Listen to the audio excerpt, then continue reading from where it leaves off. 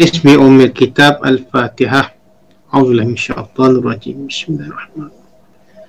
الحمد لله رب العالمين الرحمن الرحيم مالك يوم إياك نعبد وإياك نستعين الصراط المستقيم صراط الذين أنعمت عليهم غير المغضوب عليهم ولا الضالين.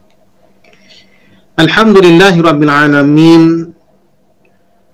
والصلاة والسلام على أشرف الأنبياء والمرسلين وعلى آله وأصحابه أجمعين. Ustaz Azam boleh dengar? Subhanaka la ilma lana illa ma 'allamtana innaka antal alimul hakim. Sayyidina Muhammad. Ya, kita dah live sekarang Ustaz. Ya, dah live ya. Ustaz nak buat muqaddimah dulu. Udah. Terpegun gambar. Mungkin kerana kehansaman saya ke mak. Hujan lebat ni. Mungkin lain kita berganggu ni. Okey, baik.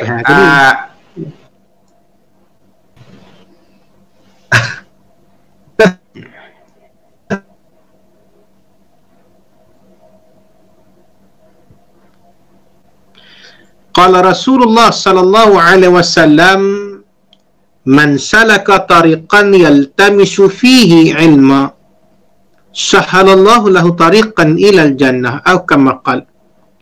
Yang membawa maksud barang siapa yang mencari jalan yang mana jalan yang dicarinya itu membawa dia kepada ilmu, maka Allah SWT akan memudahkan baginya jalan menuju ke syurga insya-Allah. Jadi minta maaf tuan-tuan, lain Ustaz Azhan terganggu kerana saya difahamkan di Kota Raja hujan yang lebat, jadi agak orang kata terganggu line dia. So kita mulakan tajuk kita pada hari ini, iaitu tentang puasa ini, adakah ianya sekadar adat ataupun ianya satu ibadat. Atau kita boleh terbalikkan tajuk ni, puasa ini adakah ia ibadat ataupun sekadar adat.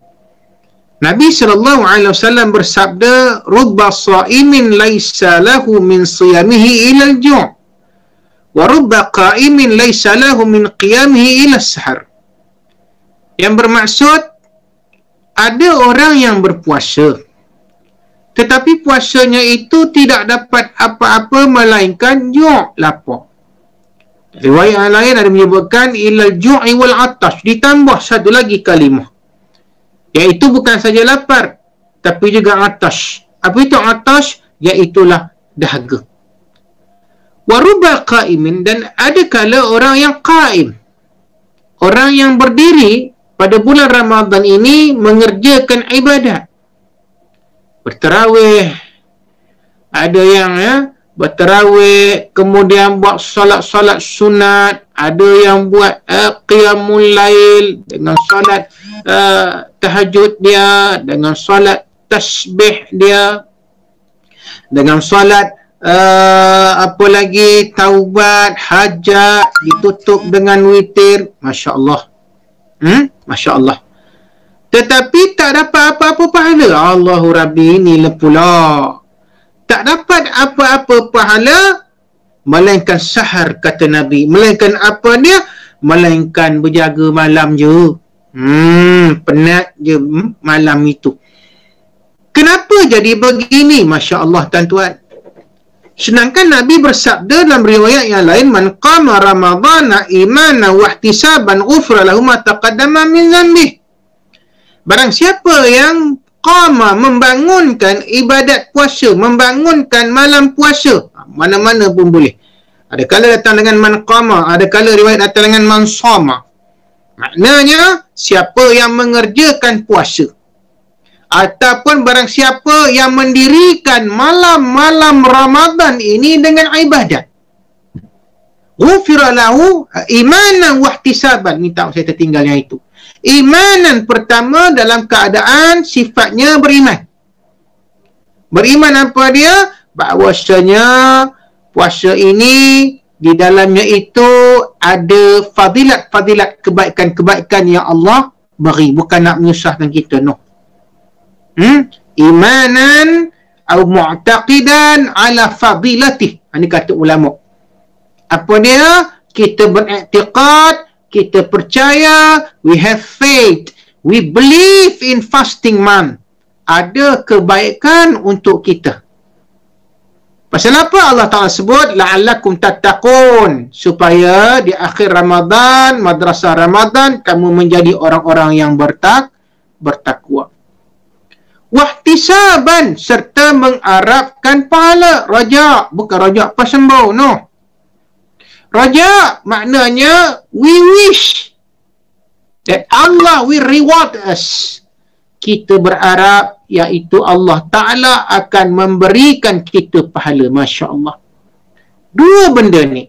Pertama, beriman, meyakini kita merasakan puasa ini bukan membebankan kita. Puasa ini suatu perkara yang baik untuk kita. Puasa ini merupakan suatu bulan yang patut mengembirakan hati kita. Banyak pahala yang kita boleh dapat, iaitu raja, ihtisaban, sawab, ghufir lahu ma taqaddama min zambi, lalu Allah Ta'ala mengampunkan dosa-dosanya.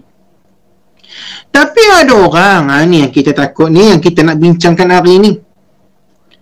Walaupun dia berpuasa cukup sampai 30 Ramadan, Masya Allah. Walaupun dia mengerjakan solat, mengerjakan tarawih, mengerjakan qiyamul lail, Masya Allah, tambah 10 malam yang terakhir itu. Kata Nabi SAW, puasanya itu tak dapat apa-apa pahala, puasanya itu tak dapat apa-apa ganjaran daripada Allah Subhanahu Taala, dan dia berdiri itu penat semata-mata, tak dapat apa-apa. Kenapa? Ini yang kita nak kembali pada tajuk kita hari ini, iaitu apa dia? Puasa dan kita berdiri untuk solat malam Ramadan itu adalah semata-mata bukan jadi ibadat, dia jadi adat. Wal'iyazubillah. Allahu Rabbi, takut tuan-tuan. Baik, kita lihat apa sebab puasa ini, apa sebab ibadat ini, apa sebab tarawih ini, apa sebab qiyamul lail kita pada malam Ramadan hanya menjadi adat tapi bukan ibadat. Yang pertama, hadza mahmulun, kata ulama, ala man sama wa lam yukhlisin niyat. Sebab yang pertama menjadi adat iaitulah kita berpuasa dan mengerjakan ibadat tetapi tidak ikhlas kerana Allah Subhanahu Wa Taala. Ini cukup bahaya. Bila kita upload gambar, tuan-tuan, Allahu Rabbi, saya pun upload gambar. Upload gambar kita berjemaah dengan isteri dan anak-anak.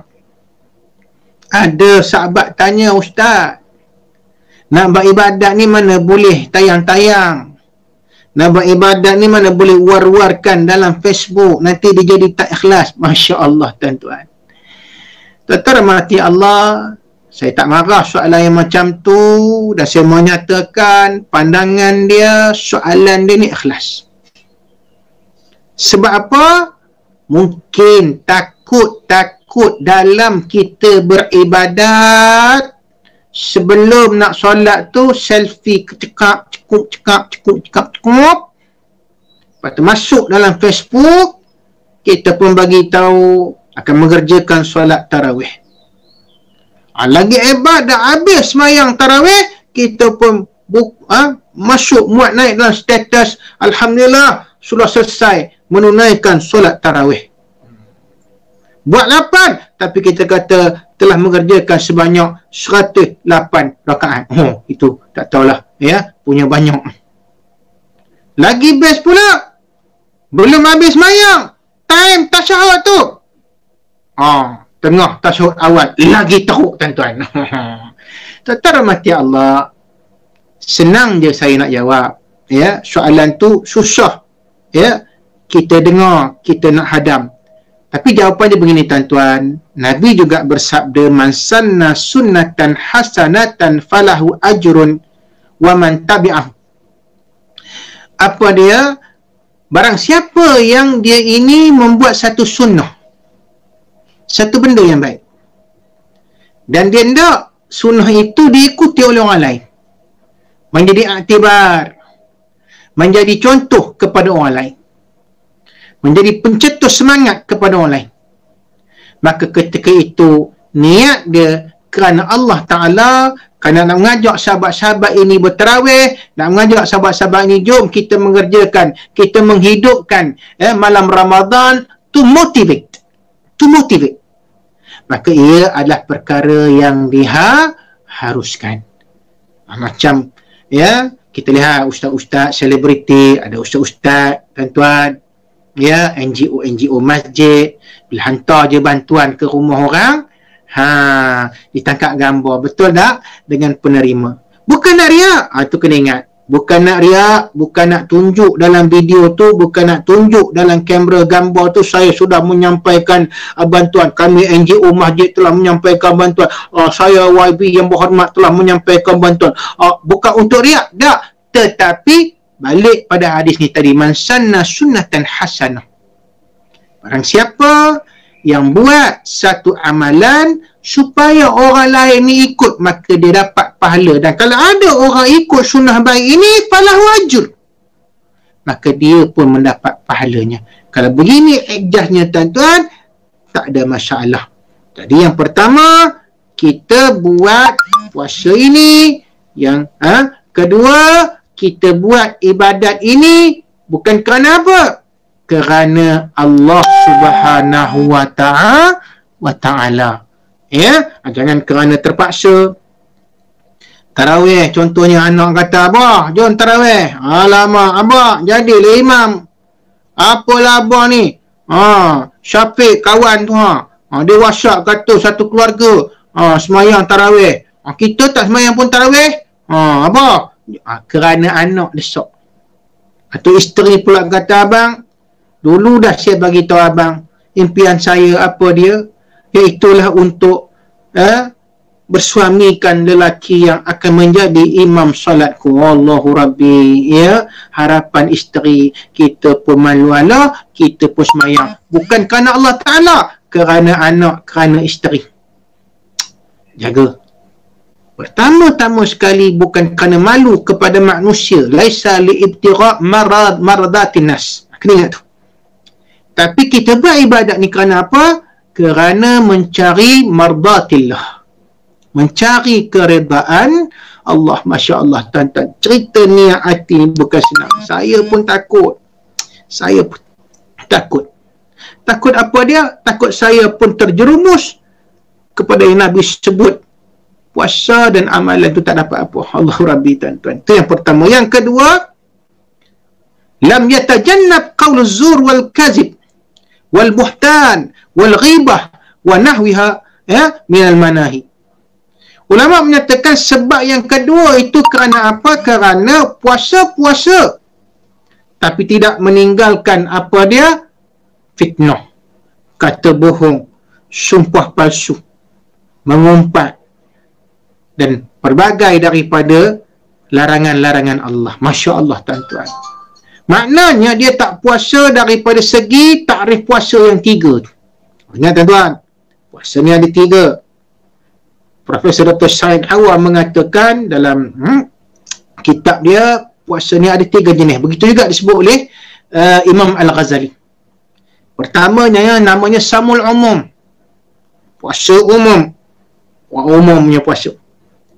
Apa itu samul umum? Iaitulah puasa dia hanya setakat lapar, dahaga dan tak boleh nak berjimuk. Syahwat dia kena jaga. Tapi ada tingkatan kedua namanya saumul khusus. Apa itu saumul khusus? Iaitu puasa yang naik sikit, upgrade sikit. Apa dia? Iaitulah puasa mata, puasa mulut, puasa telinga, segala anggota badan, a'dha'ul jawarih, kita kena berpuasa. Dan yang ketiga lagi hebat, namanya saumul khususul khusus. Saum khususul khusus ini bermaksud puasa yang mikro. Allahu Rabbi. Apa itu? Bukan saja kita menahan lapar, dahaga, tak boleh bersama dengan isteri. Bukan saja kita berpuasa mata, mulut, telinga, tangan, kaki. Tapi yang paling hebat, kita kena berpuasa ni hati. Hati ni kena berpuasa, tuan-tuan. Jangan hasad dengki dengan orang. Tengok bulan puasa ni orang hantar bantuan pada orang miskin, kita rasa dengki. Kita rasa hasad. Oh, tu nak nunjuk-nunjuk lah tu. Oh, tu saja lah tu. Tak boleh macam tu. Kalau macam tu lah hati kita, tak guna puasa. Tengok tuan-tuan, tak guna puasa, tak guna tonggang-tonggik rokok sujud. Pasal apa? Hati tu tak puasa. Hati ni sangka buruk dengan orang, have negative thinking, have a bad opinions about others. Tak boleh. Kenapa? Kerana itu yang menyebabkan Nabi sebut tak dapat apa puasanya melainkan lapar dahaga dan letih badan je. Pasal apa? Hati tu tak puasa daripada rasa dengki dengan orang. Masya Allah. Dan apa lagi tuan-tuan? Kita bercakap benda yang tak betul. Kita bercakap benda itu tak ada bukti. Namanya fitnah. Kita menyebarkan fitnah. Kita share benda-benda fitnah. Kita share benda-benda buhtan. Sedangkan perbuatan-perbuatan itu dilarang oleh Allah SWT. Ya, sebab itu Allah Ta'ala menyatakan dalam firman dia, inna sam'a wal basar wal fuad kullu ulaika kana anhu mas'ula. Sesungguhnya pendengaran, penglihatan, hati kita ni Allah Ta'ala akan tanya di akhirat nanti. Surah Al-Isra ayat 36. Masya Allah tuan-tuan. Sebab tu kena jagalah segala anggota badan kita ini, daripada matanya, mulutnya, telinganya, tangannya, kakinya, semua kena berpuasa. Dalam Ramadan ni tuan-tuan, kita belajarlah untuk tidak mengambil rasuah. Jangan sebab kita tak ambil rasuah tu sebab hormat bulan Ramadan. Jangan. Kita menyembah Allah bukan menyembah bulan Ramadan. Tu kena ingat tu. Ada orang ditanya, ya, bila dibagi rasuah dia kata, Mika ni pun tengoklah ni bulan apa?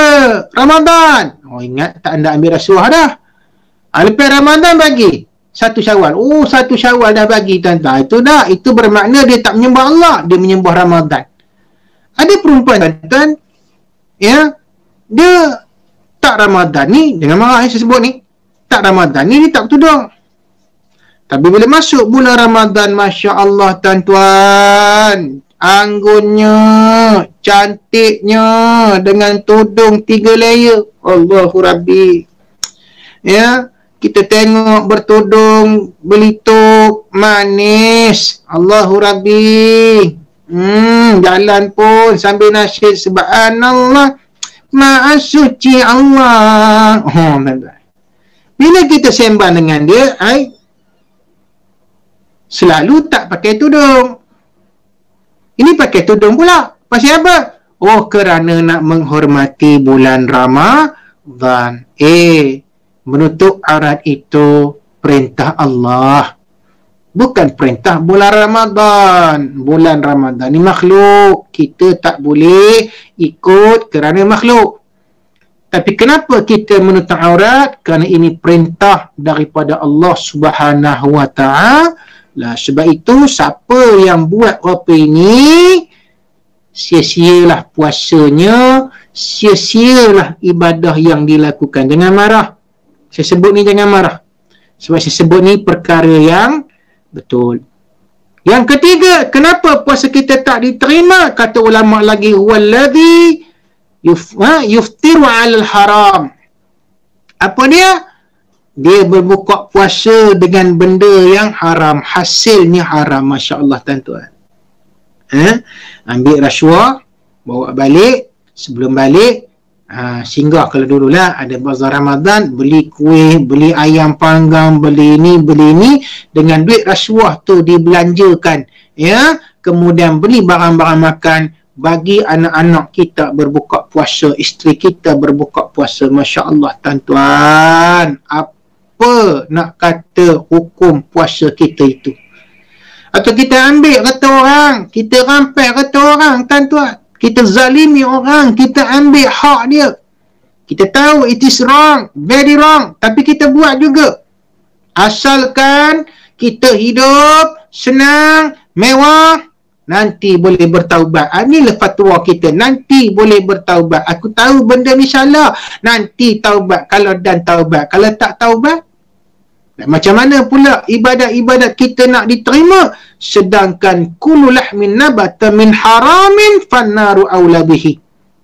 Setiap daging yang tumbuh daripada sumber yang haram, maka nerakalah tempatnya. La ilaha illallah Muhammadar Rasulullah. Patutlah Nabi sebut, ada orang tuan-tuan dia berpuasa tapi dapat lapar dahaga, dia beribadat tapi dapat ta'ib, dapat orang kata letih, lesu, lenguh dan sebagainya. Masya Allah. Baik, itu tentara mati Allah. Dan yang keempat, yang terakhir, wala yahfazu jawari'ahu 'anil atham. Apa dia? Hendaklah kita menjaga segala-galanya yang ada pada tubuh ni. Itu makna puasa. Bukan setakat jaga perut supaya tak makan. Kebiasaan kita makan. Bila masuk satu Ramadan, tak boleh makan. Perut pun berkeroncong. Macam-macam bunyi keroncong ada. Keroncong asli ada. Keroncong Jawa pun ada. Keroncong botel pun ada. Bukan setakat itu je. Kalau kita faham puasa itu, sekadar itu, habis. Ya. Tapi kena jaga semua yang ada di anggota badan kita ni. Mata, jangan tengok benda-benda yang Allah larang. Bulan Ramadan tuan-tuan, memang susah kan? Habis tarawih, tambah buat sendiri. Kalau masjid tu kena 10.30 baru habis kan? Ini pukul 9 suku dah habis dah. Baca pula pendek-pendek. Ya. Qul huwallahu ahad rakaat pertama, rakaat kena qul huwallahu ahad sampai witir qul huwallahu ahad, memang cepat 20 minit siap. Lepas tu tuan-tuan buka TV, kita tengok pula cerita. Baru je buat pahala, tiba-tiba tengok cerita. Dalam cerita tu ada macam-macam gaya gambar dan sebagainya. Ini saya nasihatkan diri saya sendiri, tuan-tuan. Masya Allah. Bukan senang nak jaga pahala puasa ni. Kumawih. Nasib baiklah bazar Ramadan tak ada tahun ni. Enak? Banyak juga fadilatnya. Sebab dia pergi bazar Ramadan, tu dia macam-macam benda yang kita tengok di pasar ni Ramadan ni, tuan-tuan. Masya Allah. Ya. Dan tuan-tuan rahmati Allah, bersyukur kita kepada Allah SWT kerana dengan tempoh PKP ni,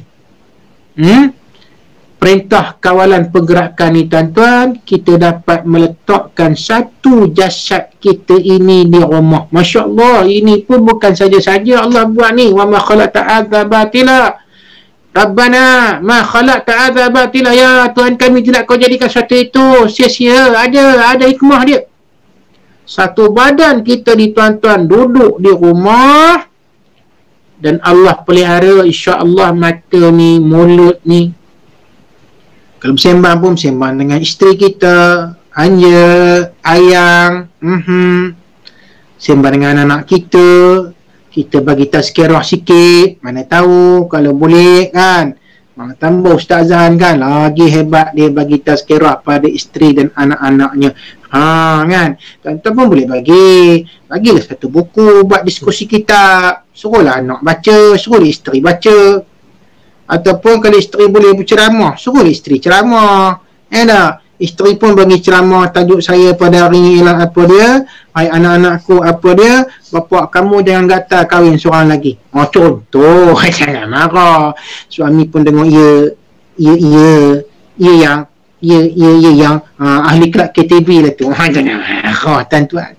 Ya, sebab itu tentara mati Allah, syukur kita. Kerana apa? Allah Ta'ala telah memberikan kepada kita ruang dan peluang. Apa benda tu? Duduk di rumah. Satu jasad ni kedebak duduk di rumah, dan kita tidak melakukan maksiat-maksiat yang tangan suka lakukan.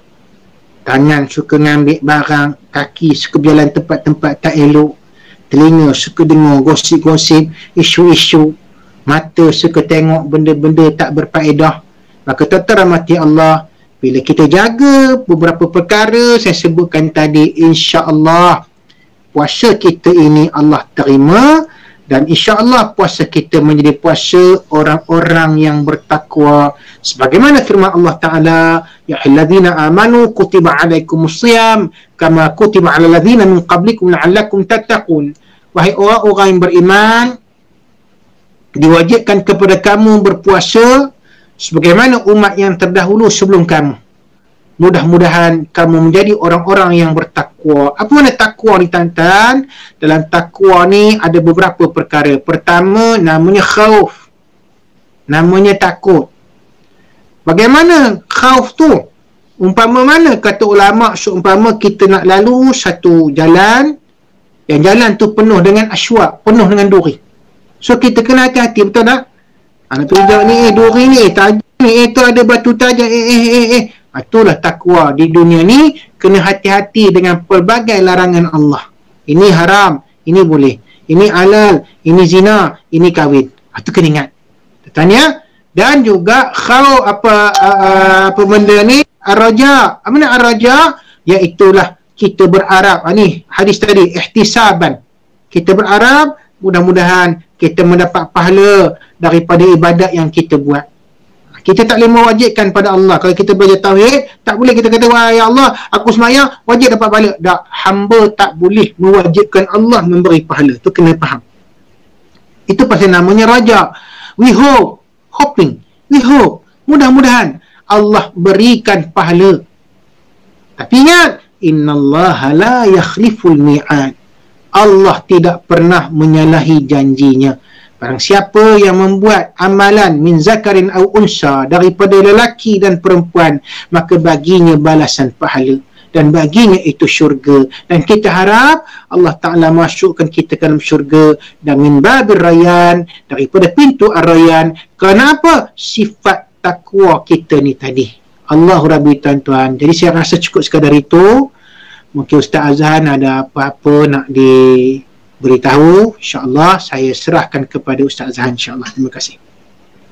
Terima kasih kepada Fadil Ustaz Ahmad Munawir. Suara anda jelas tak? Boleh. Boleh dengar lah, tapi tak jelas. Tak kuat sangat. Apa ni, hujan masih lebat di Kota Raja ni, mungkin line kita tak clear bagi pihak anak lah. Di Kota Raja peringkat awal tadi ada masalah teknikal. Kita ucap terima kasih pada Ustaz Munawir pada petang hari yang ke-7 Ramadan ini dapat kita bersama. So mungkin Ustaz ada sikit pesanan bagi penginfak dermawan untuk Kota Raja, dan juga mungkin Ustaz boleh tutup dengan doa, insya-Allah. Dan esok kita akan jumpa lagi dengan slot Ustaz Nabil Ahmad, iaitu anak saudara almarhum Datuk Dr. Harun Din, almarhum Datuk Seri Abu Hassan Din dan almarhum Ustaz Ishak Din, yang mana esok adalah genap 1 tahun almarhum mantan penawar Kota Raja, iaitu almarhum Datuk Seri Abu Hassan Din Al-Hafiz kembali ke rahmatullah. Esok kita akan buat sikit orang kata dalam kenangan lah esok untuk slot 3.30 petang. Mungkin ada perkara yang boleh kita ambil iktibar daripada ketiga-tiga tokoh ulama yang kita sayangi ini. Esok kita bersama dengan anak saudara mereka, iaitu Ustaz Nabil Ahmad yang juga merupakan seorang pengacara Forum Ehwal Islam dan juga pegawai daripada Jabatan Kemajuan Islam Malaysia Putrajaya, JAKIM Putrajaya, insya-Allah. Silakan Ustaz untuk sikit pesanan kepada para penginfak Kota Raja, dan juga kita tutup dengan doa penutup, insya-Allah.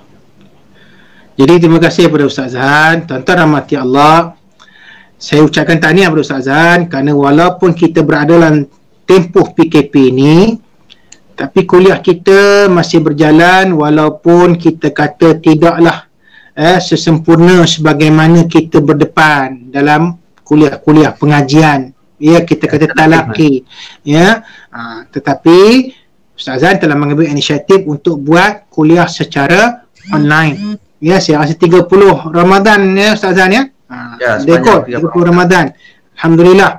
Dan tuan-tuan rahmati Allah, sudah tentulah ya, sebagaimana biasa Kota Raja atau Kompleks Ratul Jannah ini memerlukan dana, ya, untuk orang kata apa dia, membiayai ya pusat pengajian ini, pusat pengajian yang ditubuhkan untuk kita ni senang ya mencari ilmu, ya, man salaka tariqan yaltamisu fihi ilma. Kena ingat tu tuan-tuan. Barang siapa yang mencari jalan, yang mana jalan itu membawa kita kepada ilmu, sahhalallahu lahu tariqan ilal jannah. Ada yang selalu saya baca, mana-mana ceramah saya baca, apa dia? Allah Ta'ala permudahkan bagi kita untuk untuk masuk ke dalam syurga. Maka kita permudahkan tuan-tuan bagi pihak yang memudahkan kita ini, ya, agar ada orang kata sumbangan, dan sumbangan itu kita berikan kepada pusat ini, mudah-mudahan kita mendapat pahala infak. Allazina yunfiquna amwalahum fi sabilillah. Orang-orang yang menginfakkan apa dia? Harta mereka. Tak kira lah tuan-tuan, tak banyak, bagi sikit, asalkan ada namanya infak. Dan infak ini Allah katakan seumpama habbah, sebiji-biji benih yang menumbuhkan sepohon. Ada 7 dahan, setiap dahan ada 100 ranting. 1 kali 7 kali 100, 700 kali ganda pahala. Masya Allah tuan-tuan. Nanti bila di akhirat kita terkejut tengok pahala ni. Ya Allah, mana mari pahala banyak sangat ni. Ini yang kita infak pada pusat-pusat pengajian. Ini yang kita infak pada rumah anak yatim. Ini yang kita infak pada tempat-tempat orang miskin. Jadi tuan-tuan, kita belanja untuk kebaikan. Jangan rasa rugi. Jangan rasa rugi. Kerana banyak benda yang kita bayar untuk yang bukan ibadat. Betul tak? Kita boleh bayar astro, kita boleh bayar internet, kita boleh bayar. Takkan kita nak berkira dalam perkara ini tuan-tuan, ya. Mudah-mudahan tuan-tuan semua mendapat kebaikan. Tahniah saya ucapkan. Marilah kita berdoa kepada Allah SWT. Dan tuan-tuan, saya sebentar, tuan-tuan boleh tengok, ya, ada nombor akaun sekali Ustazah, ya, ada disertakan, ya. Ada disertakan, insya-Allah tuan-tuan boleh masukkan, bank in je, insya-Allah. Mari kita berdoa kepada Allah agar Allah menjadikan kita orang-orang yang dipelihara daripada bala bencananya, dan dijadikan kita orang yang istiqamah dalam melakukan ibadah dalam bulan Ramadan ini, insya-Allah. A'udzubillahi minasyaitanir rajim. Bismillahirrahmanirrahim. Alhamdulillahirabbil alamin, wassalatu wassalamu ala asyrafil anbiya'i wal mursalin wa ala alihi wa ashabihi ajma'in. Allahumma ij'alna minan najihin fid dunya wal akhirah. Allahumma ij'alna minal muhibbin al ibadah. Allahumma ij'alna minal muslimin wal mu'minin wal muqinin, minal mustaghfirin, minal muqimin as-salah, minasy syuhada'i was salihin, wa hasuna ulaika rafiqa ya rabbal alamin. Allahumma rabbana taqabbal minna salatana wa siyamana wa qiyamana wa ruku'ana wa sujudana wa ta'abbudana wa tammim taqsirana wa tammim taqsirana ya Allah, wa tammim taqsirana ya Rahman. Allahumma ya Allah, terimalah ibadah kami ya Allah, agar disempurnakan kekurangan kami ya Allah. Sekiranya ada cacat cela ya Allah dalam ibadat yang kami lakukan sepanjang bulan Ramadan ini dan juga selepas Ramadan. Allahumma ya Allah, lindungilah kami ya Allah daripada wabak yang berbahaya ini. Jauhilah kami ya Allah daripada wabak ini ya Allah. Selamatkanlah kami ya Allah. Allahumma ya Allah, agar kami dapat kembali meneruskan pengajian di masjid ya Allah, solat jamaah di masjid ya Allah, beriktikaf di masjid ya Allah, agar kami dapat fadilat berjalan ke masjid ya Allah. Lalu diampunkan segala dosa-dosa kami ya Rahman ya Rahim. Rabbana atina fid dunya hasanah wa fil akhirati hasanatan wa qina azabannar. Walhamdulillahi rabbil alamin. Terima kasih kepada Al-Fadhil Ustaz Azan. Saya serahkan kembali kepada beliau. Terima kasih kepada Ustaz Ahmad Munawir. Mudah-mudahan Allah berkati kita semua atas pertemuan pada petang ini. InsyaAllah kita bertemu lagi dalam program Tazkirah Ramadan Online FB Live Kompleks Tarbiyah Jannah Kota Raja Ipoh sepanjang 30 hari Ramadan, bersama 30 pentazkirah dan bersama dengan mereka setiap 30 minit insyaAllah. Jadi kita nantikan setiap hari pada jam 3.30 petang. Sekian saja, saya mohon maaf jika dapat kekurangan dalam FB Live kita pada petang ini. Terima kasih sekali lagi pada Ustaz Munawir. Terima kasih pada semua penonton. Terima kasih kepada semua yang share dan yang menyumbang dan bakal menyumbang untuk Kompleks Tarbiyah Jannah Kota Raja Ipoh. Sekian saja. Assalamualaikum warahmatullahi wabarakatuh. Assalamualaikum warahmatullahi wabarakatuh. Apa lagi? Bye.